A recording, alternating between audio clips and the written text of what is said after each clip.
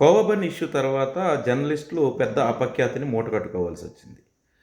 తేజస్విని అనే ఒక YouTube channel ద్వారా వెళ్ళినటువంటి కొంతమంది అరాచకం క్రియేట్ చేయడం వల్ల, ఒక చిరు వ్యాపారి మీద అరాచకం క్రియేట్ చేయడం వల్ల చాలా పెద్ద మాటలు అంటున్నారు జర్నలిస్టులని. ఎందుకంటే నిజమే వాళ్ళు చేసినటువంటి ఓవర్ యాక్షన్ చూస్తే అలాగే అనిపిస్తుంది. అక్కడ తేజస్విని ఛానల్‌కి సంబంధించినటువంటి బాలాజీ అనే ఒక జర్నలిస్ట్ అట.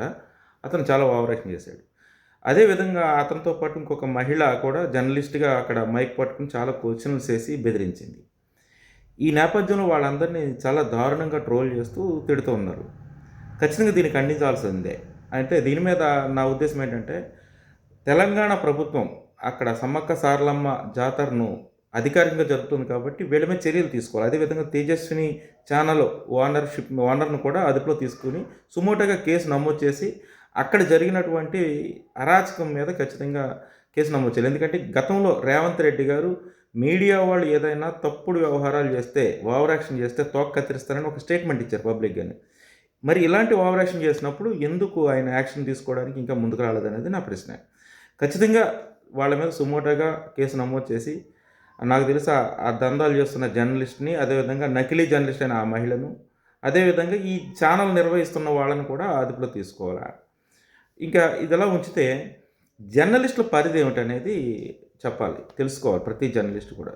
జర్నలిస్టులు ప్రశ్నించాలంతే, అంతే తప్ప డెసిషన్ మేకర్స్ కాదు. నా 31 ఏళ్ల జర్నలిజం కెరీర్‌లో మనం ప్రశ్నించాలి. అదేవిధంగా ఏదైనా ఇష్యూ ఉంటే బయటికి తీసి ప్రజల ముందు పెట్టాలి, లేదా సంబంధిత అధికారుల ముందు పెట్టాలి తప్ప మనమే దాని మీద నిర్ణయం తీసుకుని నువ్వు పక్కకు రా, నేను కట్టేస్తావు, నువ్వు తప్పు చేసావని చెప్పడానికి వీల్లేదు. మనకు అంత అథారిటీ లేదు జర్నలిస్టులకు. గతంలో నేను చేసిన చాలా ఇన్వెస్టిగేషన్స్‌లో కూడా అధికారుల సపోర్ట్‌తోనే ఆ అవినీతిని బయటికి తీసాం. అధికారులు సపోర్ట్ చేయనప్పుడు ఆ అవినీతిని సాక్ష్యాధారాలతో పాటు మనం బయట పెట్టాలి. అంతేగాని మనమే అవినీతిలోకి వెళ్ళిపోయి ఇది అవినీతి అని చెప్పి మనం డెసిషన్ ఇవ్వడానికి జర్నలిస్టులకు ఎలాంటి అర్హత లేదనే విషయాన్ని తెలుసుకోవాలి. ఇకపై జర్నలిస్టులు ఎవరైనా సరే ఇలాంటిది చేసినప్పుడు, ఇది తప్పు అని తెలిసినప్పుడు దాన్ని సాక్ష్యాధారాలతో బయట పెట్టడానికి ప్రయత్నం చేయాలి. లేదు, ఆ సంబంధిత అధికారులు ఉంటారు. ఇప్పుడు నిన్న జరిగినటువంటి ఇష్యూలో ఫుడ్ సేఫ్టీ అధికారులను తీసుకెళ్ళాలి. ఏదైనా ఇంకొక అవినీతి ఉంటే దానికి సంబంధించిన విజిలెన్స్ అధికారులు ఉంటారు, పోలీస్ అధికారులు ఉంటారు, సంబంధిత అధికారులు ఉంటారు. వాళ్ళని తీసుకెళ్ళి వాళ్ళ ద్వారా మనం సోదాలు చేయించాలి, దాడులు చేయించాలి తప్ప మనమే దాడులు చేసి మనమే సోదాలు చేయడానికి సరిపోం. ఈ విషయాన్ని జర్నలిస్టులు గుర్తుపెట్టుకోవాలి. ఈ ఉపద్రవం ఎందుకు వచ్చిందంటే, ప్రధాన మీడియా ఛానల్స్ అన్నీ కూడా, ప్రధాన మీడియా పత్రికలన్నీ కూడా వారి పార్టీలకు బాకాలు ఊదే పనిలో ఉండడం వల్ల ఇలాంటి చిన్న చితక చిల్లర వేషాలు వేసే వాళ్ళందరూ కూడా రోడ్డు మీదకి వచ్చి జర్నలిస్టులు అని చెప్పుకొని ఇలాంటి అల్లరి పనులు చేస్తున్నారు.